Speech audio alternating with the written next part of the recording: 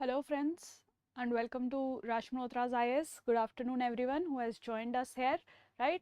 So as you all know, we are into this current affairs series and this is our 16th week of the series, right? I, Snigdha Singla here, take the current affairs related to your IR, international relations, as well as your history portion, right? So today the topics that we are going to discuss are these as listed here, right? So our first topic of discussion will be India Australia, water security initiative, right? India Australia water security initiative, an important initiative. You can use this initiative in multiple ways. I'll tell you when we discuss in detail, right? Important for IR also, and in many other ways can use as a case study, right? Then world investment report, these kind of reports are important for your prelims perspective. Many such reports are asked in prelims, that who presented this report, what are the parameters that are discussed here, right? So these will be important for you. We'll discuss in detail this report also. Then also about IAEA in detail we will discuss, and the Iran's nuclear program and the issues that are there between the two, all that we will discuss in this third topic for today. And finally BIMSTEC, a very important topic from your GS2 perspective for prelims as well as mains. So this topic also we will discuss in detail today, right? So let's begin the discussion,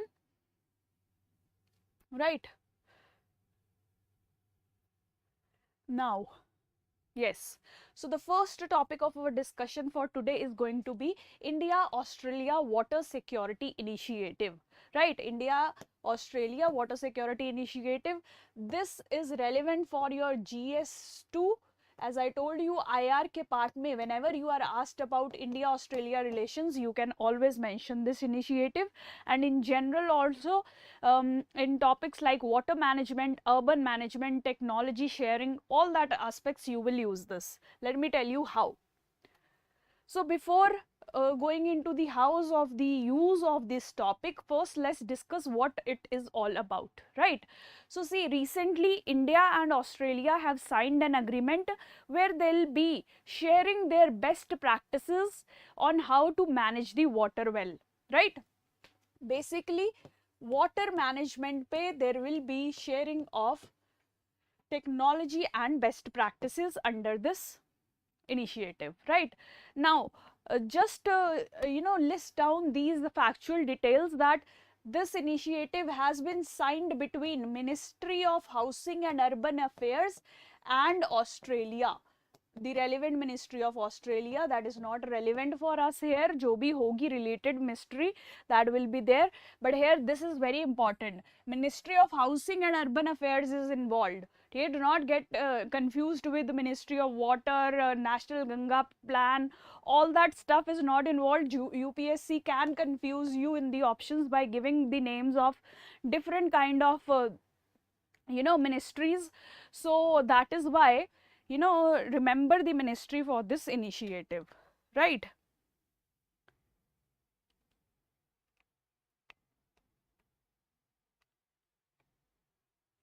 Right, I hope I am clearly audible to you all. If there is some voice issue that you are facing, then please check on your side the your voice options, right? So this initiative, Australia India Water Security Initiative, has been signed between Ministry of Housing and Urban Affairs and the relevant Ministry of Australia. This is basically a cooperation agreement on urban water management. Okay? We see that in cities today we have lot of issues related to water. The cleanliness of water is a problem, the availability of water is problem, there are waterborne diseases that happen because of water, right? So all those aspects, to deal with all the problems related to water, we are seeing this initiative between India and Australia to manage all the water related issues, right?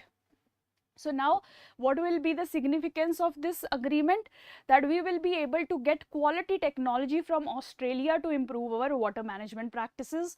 That is what it is written. The MOU will enable both India and Australia to learn about technological advancements gained by the two nations in the area of urban water security, right? Both the nations will be able to learn from each other. Whatever practices we use in water management in our cities, we'll share it with Australia, and whatever practices they use that are unaware to us, they'll share it with us, right?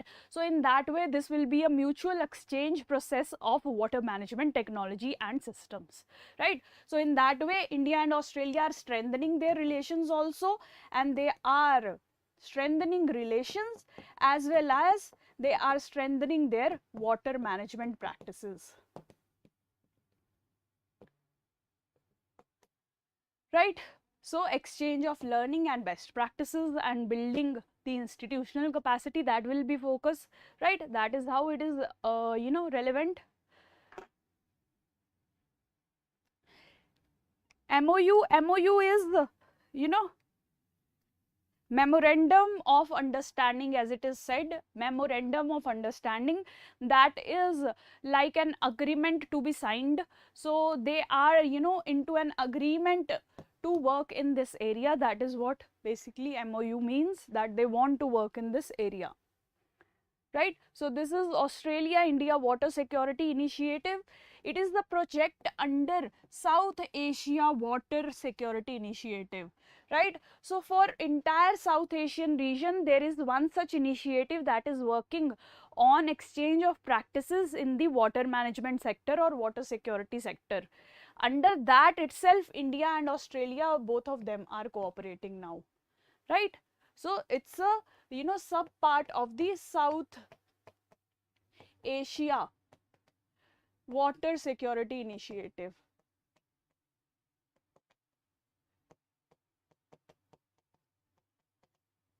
right? So it's a sub part, right? It aims to work towards the water sensitive city vision, that is holistic management of integrated water cycle.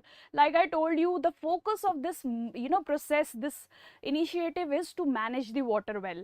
There can be a lot of rainfall in a city, there can be a lot of flow of water in a city, so we see floods like situation, we also see drought like situation, we also see issues like waterborne diseases, right? So or to manage all the issues and aspects related to water in a city, to prevent floods. जैसे आप मुंबई में देखते होंगे, whenever there are monsoons, Mumbai is like a river only, right? In that way you saw dangerous floods in Chennai, also destructive floods in Chennai in 2015-18 kind of years, right? So to solve all those problems of urban water management, we are cooperating with Australia now, right, to manage the entire water cycle in an integrated manner, right? That is the aim of this project, right? So investments will also be made, that is money will be put. Investment means money will be put in urban water services support, right? क्योंकि see, as I told you, that the issue is also that the backward or disadvantaged sections of the cities, usually the people who live in slums, they do not have access to quality water, or they face a lot of issues like waterborne diseases, malaria, Japanese encephalitis. All these issues are faced by these people who are living in disadvantaged sections in the urban centers, in the cities, right, in the slum areas, right? For them also special investments will be made, right, to provide them adequate water services, right? So that is also the aim, right? So this project is also a living laboratory, that means it will work on research work also, right? It will work on water related research, its environmental aspects, its economic aspects, its social impacts. So they will just not focus on managing water well, they will also work on creating a literature on water management, on water studies, so that cities can very well manage their waters, right? So it's an holistic program, right? So this is very important. You can use it in various topics. In the topic of water management, that how India is cooperating with other countries to manage its water well, right? It can be asked you in the essays or even in ethics. There also you can use it as an example, right? Then in India Australia relations also, you can always mention that India Australia are cooperating on various grounds. We have cricket diplomacy, we have a lot of diaspora going to Australia, studying there, working there, living there, creating their food there, right? So in the same manner, India and Australia are also working on these softer sides, the basic living requirements, that is water management, city management, water management in a city, right? So all these points you can use while dealing with all these topics, right? Now, World Investment Report. The second topic for today will be our World Investment Report, right? So let's just get down with the basics of the report. So firstly, who presents the report is the most important aspect that will be point of question in your prelims.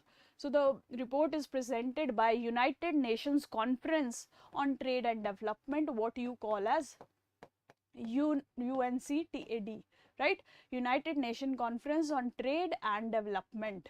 This brings out the World Investment Report, right? Try to remember it always. This can be asked in your prelims.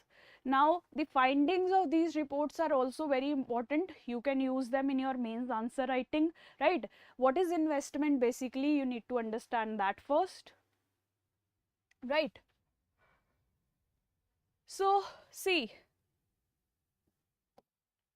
investment means money is coming into your economy, and this money can be now put into infrastructure development. This infrastructure can be physical infrastructure like your schools, roads, railways, airways, right? Hospitals. There can be multiple forms of infrastructure, physical infrastructure, and there can be the soft infrastructure also, right? That means building skills and education in our youth, right? Building skills and education of our youth, right? So both kind of infrastructure investments are very important for us. So investment is overall a very important entity for us to create economic wealth as well as to create social wealth. Social wealth means the people of the society are well educated, well skilled to provide as educated, skilled workforce for the economy. And economic wealth, as you know, infrastructure is the backbone of any country. A country cannot run without all these basic infrastructure services, right? So all the infrastructure is built with the help of investments, right? So any country, especially developing countries like India and African nations, they very much need money or investments to be put into their infrastructure sector, right? So the more investment that a country receives, the better its economic profile is, right? That means the investors are interested in working in this economy. They see potential in this economy. That is why they are investing their money in this economy, right? We will, for example, you say, we will not invest our money in Afghanistan because we know in the future or in even in present time, the infrastructure might get destroyed rather than being constructed, because there is a lot of insecurity, instability, terrorism that is existing there. But in a country like India, people would want to invest because India is a growing economy. If they put their money here, that money will grow. From 1 rupee, it will become 10 rupees in 10 years maybe, right? So that is why the investments are very important for a country, and investments come to only those countries, those areas, those regions which have the potential for growth in the future, right? So that is why the findings of these investment report will also be important. Let's see what the report has to say. Firstly, about India, the report says that India is ranked 7th right? Despite a 30% decline in the FDIs, foreign direct investments into India, India is still ranked as the 7th largest recipient of investments around the world. अगर आप सारी countries को rank करने लगे, if you rank all the countries in the world, India will be at the 7th position in perspective of receiving the investments. जितनी भी दुनिया में इन्वेस्टमेंट्स होती हैं, सबसे ज़्यादा इंडिया में 7th नंबर पे आती हैं, right? So this is data that you can use in your answers, right? You can always use it saying that India is at the 7th number, so we may need to work more on attracting investments, or you can use it in a positive sense saying that it's on 7th number, many countries are still lagging behind but India has done very well, right? Data को आप कैसे भी use कर सकते हैं अपनी सहूलियत के according, but do make a note of this data. You can definitely use it, right? Now, USA remains the top recipient of FDI. Obviously, US is the superpower of the world, right? It has the largest growth potential. So, everyone wants to invest in US economy, right? That is why it is the top recipient, the first ranked country in investment recipient countries, right? After that, China and Hong Kong are also the second and third position. Again, China is a growing economy, especially the Hong Kong part that China, claims as its own. That part is also the third largest recipient of investment. You see, there is a reason why these countries are at the top. They have world class infrastructure, they have ease of doing business, they have skilled professionals, they have use of English, they have well developed internet, digital services. That is why people are interested in bringing their money into these areas, because they know that these areas will only grow in future, right? So that is why they are very much performing well in the terms of investments, right? So India has seen, you can say ki India has seen decline in the inflows. India is seeing decline in the inflows of the investments, right? So but the positive aspect is that the outward FDI from India has rose. That means the Indian businesses are now investing their money in the abroad sections, in the outside businesses. That will help the growth of the money of the Indians also, right? So these are all the data. You can use it in any way in your answers, in a positive manner, in a negative manner also, right?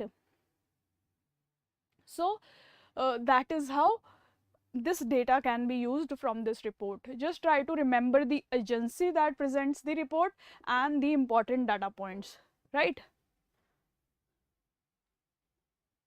Now, the other reports that are presented by UNCTAD, these are also important for you.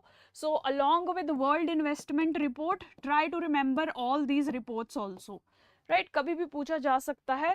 Digital Economy Report, that is presented by UNCTAD, then Technology and Innovation Report, and Trade and Development Report, right? Try to remember these reports. कुछ important institutions होते हैं which includes World Bank, IMF, UNCTAD, या WEF.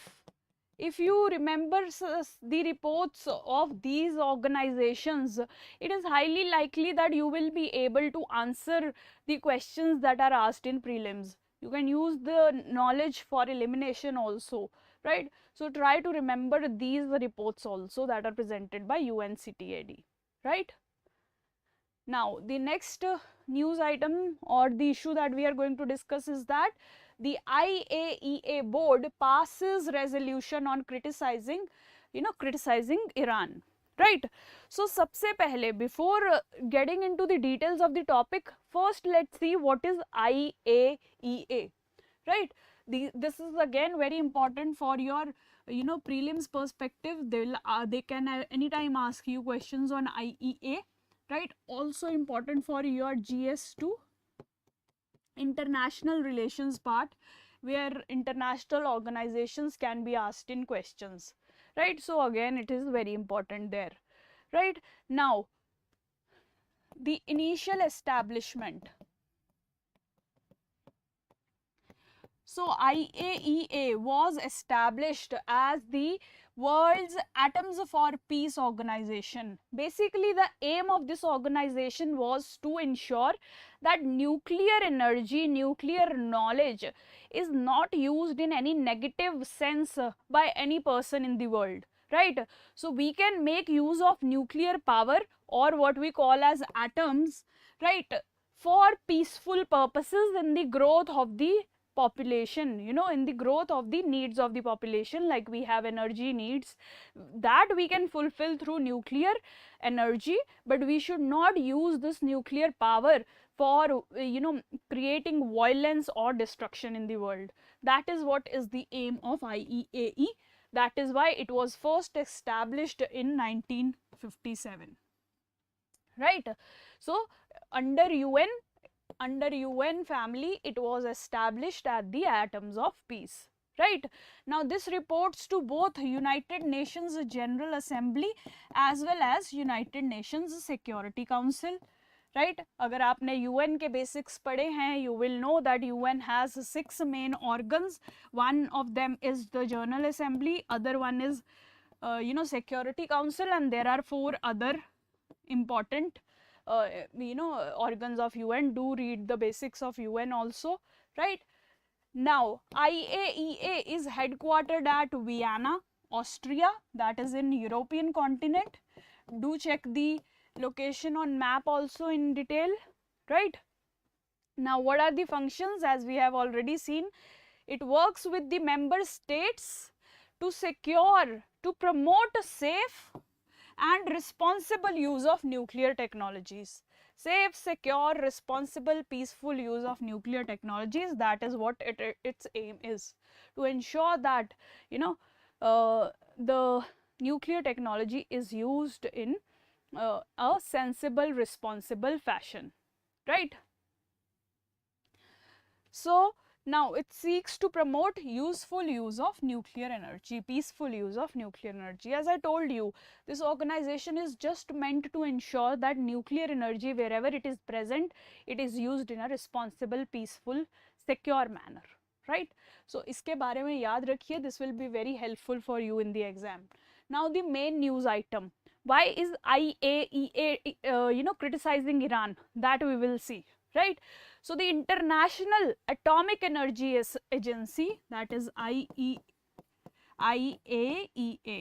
International Atomic Energy Agency Board, has passed a resolution criticizing Iran, right, to fully cooperate with UN inspectors in investigation, right? So you see, to ensure its goal of peaceful nuclear use, IAEA sends its inspectors all around the world to inspect the nuclear facilities of various nations. Even in India, IAEA comes to inspect our nuclear facilities, that how we are building our nuclear you know, arsenal, or you can say nuclear technology or techniques, and how we are intending to use that nuclear energy, right? To check those, they keep sending inspectors to India also, and here also they are asking Iran to cooperate with the inspectors of IAEA, right? Right?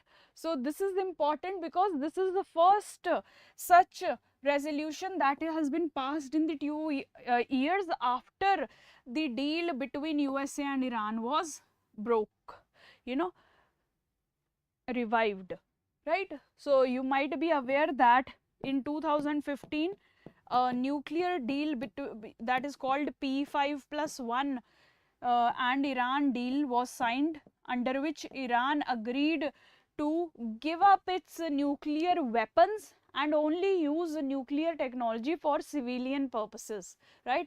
That means energy generation, etc. they will be using, but not for any other, you know, weaponry kind of purposes they will not be using. But this deal was cancelled by Mr. Trump, the president of USA, the former president of USA. So since that, Iran had started rebuilding its nuclear facilities, and now these are unchecked. So here IAEA is saying that you need to build your nuclear nuclear tools in a responsible manner, right? So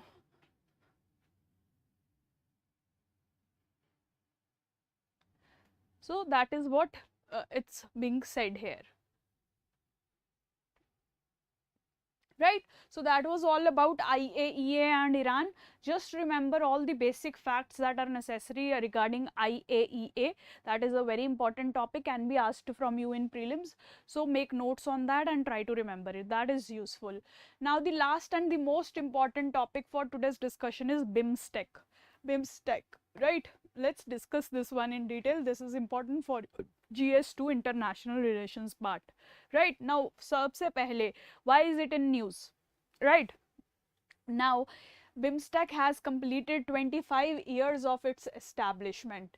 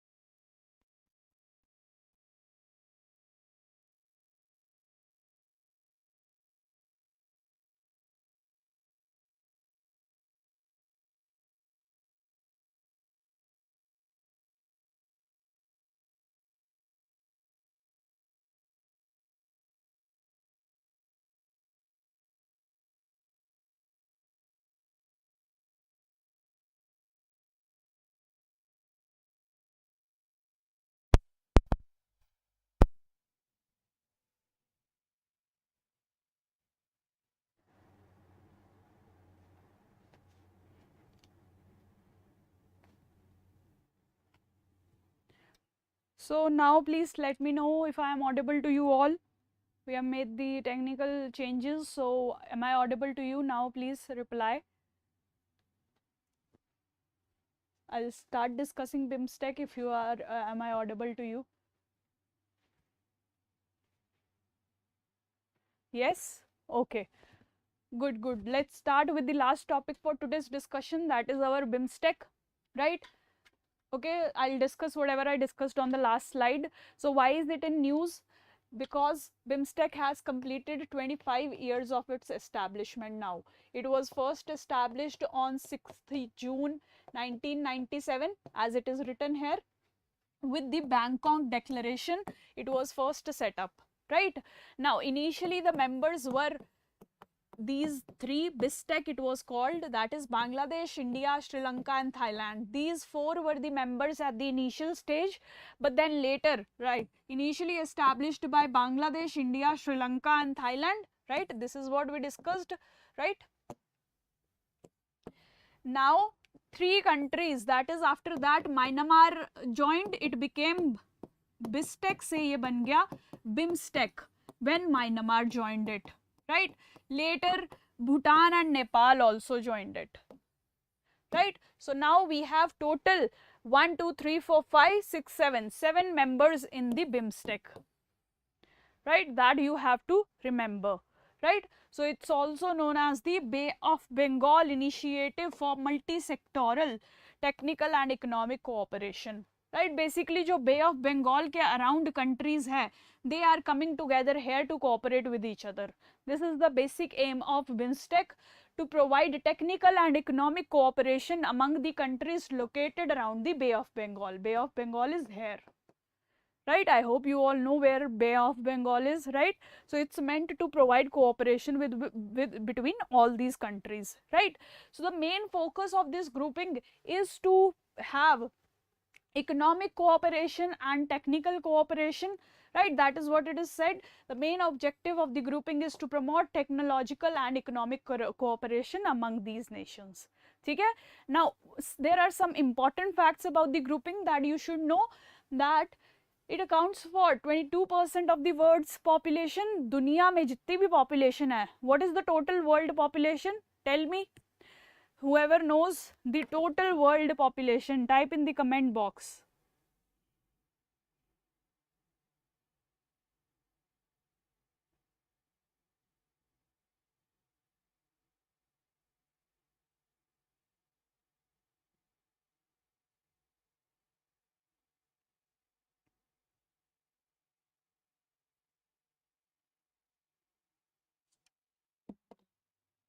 What is the total world population? No one is aware about that? So we are almost reaching 8 billion. We are around 7 billion. The world is reaching towards 8 billion. So out of that, 22% of the world's population, you can say almost 1/4 of the world population lives in this area. So this area becomes a very important area from the perspective of being a market, from being a labor force house, right? So this is very important. Then it combined has a GDP of 2.7 trillion, again a very important figure. That means economically this is a vibrant area, right? The 1/4 of the world's trade passes through Bay of Bengal, right? You know that from Middle East we are getting oil and energy needs in that way, and in from Europe we are getting many products.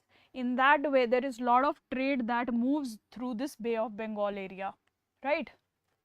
So 1/4 of world's traded goods are, you know, crossing Bay of Bengal, right? So that is what are the main some features of this grouping, some main facts about this grouping, right? Now, what are the main areas of cooperation for BIMSTEC? What are the areas on which these countries, these 7 countries want to cooperate, right? So they are cooperating firstly on promoting trade between them, right? Trade of goods, trade of services, right? Both are being promoted.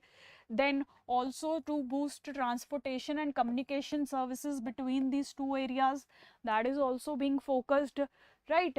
Then promoting tourism, ठीक है. So now we can have tourists from Myanmar. Indian tourists can go to Myanmar. It will help their economy.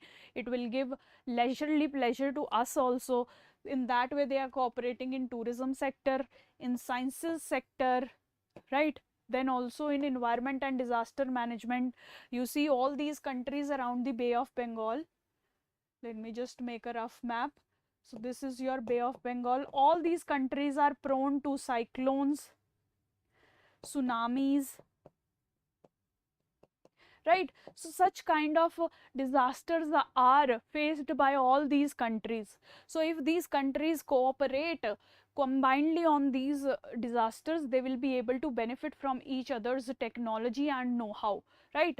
So that is why they are working on the environmental as well as disaster management field.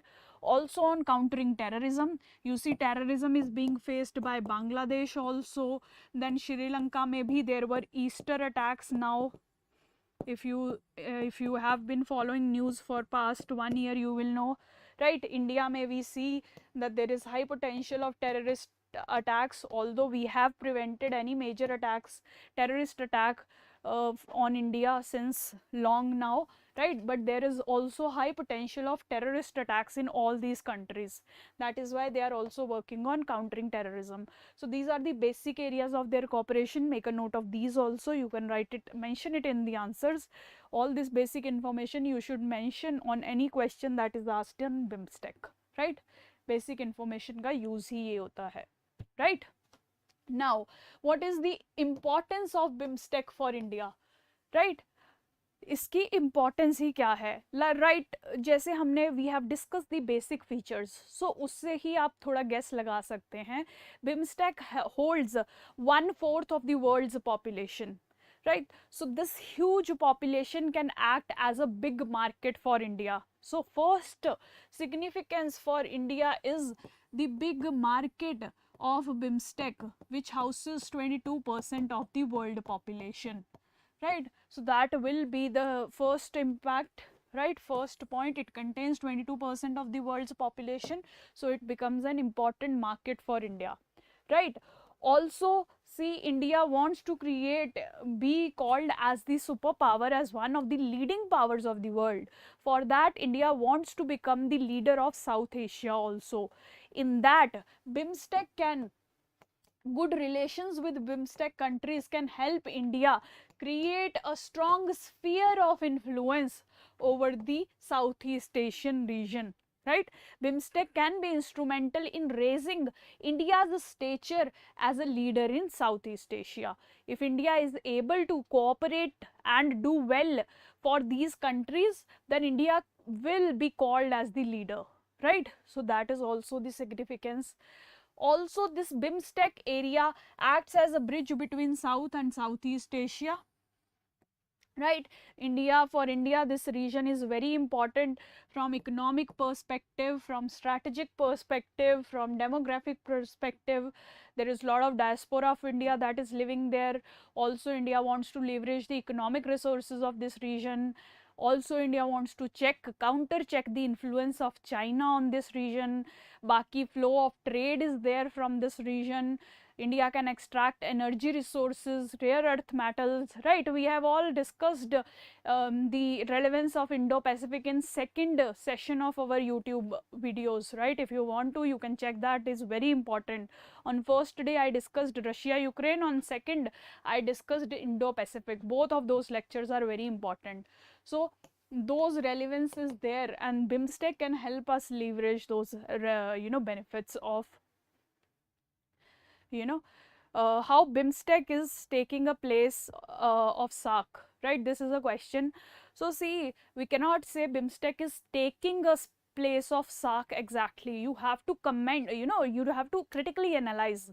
So always you can say that BIMSTEC is a more vibrant grouping for now, because SAARC ke dekhiye, there has not been any sessions that SAARC has conducted for so many years, especially Pulwama ke baad India ne had boycotted SAARC meeting, right? Then Pakistan always tries to play the blame game on India in SAARC. It does not allow any real work to happen in the SAARC. So SAARC grouping in that way is ineffectual. So there India can use BIMSTEC. Here Pakistan is not present, so India can maintain very good relations with all these countries of South and Southeast Asia and leverage all the benefits that are provided. So BIMSTEC can use, India can use BIMSTEC as an alternative to SAARC, right? So in that way BIMSTEC is gaining importance. Yes, Vasu, we can say that India Pacific economic forum में decisions making के लिए we can use BIMSTEC. So in any way we will be able to use BIMSTEC. हम अपने products भी बेच सकते हैं, हम अपने डॉक्टर्स, अकाउंटेंट्स, एक्टर्स भी वहाँ भेज सकते हैं, right. We can also spread our culture into these areas, right. So in many ways this area is very important for us. So that is why India is working on cooperating with BIMSTEC, right. Like I said that BIMSTEC has huge amounts of untapped natural water भी present है, human resources भी present है. So there is lot of hydro potential that is there that can be leveraged by us. Hydrocarbons are also there, like I told you, natural gas is there, right. So all these benefits India can leverage from this region, right. Like I said, 1/4 of world's trade also passes from this region. In that sense, in economic sense also this region is important. BIMSTEC is also a pivot to India's Act East policy. India wants to cooperate with these Southeast Asian regions. Starting with BIMSTEC, India can realize its Act East policy. So BIMSTEC is important in realizing the Act East policy also, and also to countercheck China, India can use BIMSTEC. China is increasingly becoming very much assertive in Bay of Bengal, right. So to check Chinese influence, India wants friendly relations with all these countries of Indo-Pacific of BIMSTEC, right. In that way also BIMSTEC is very crucial,